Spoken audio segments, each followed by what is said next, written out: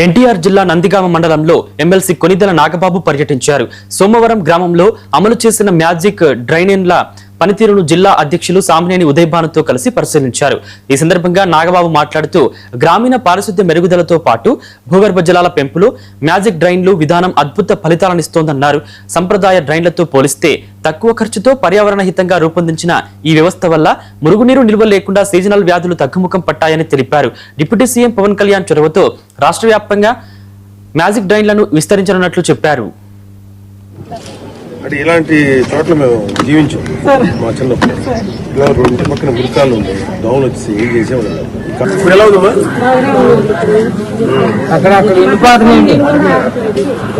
Very good.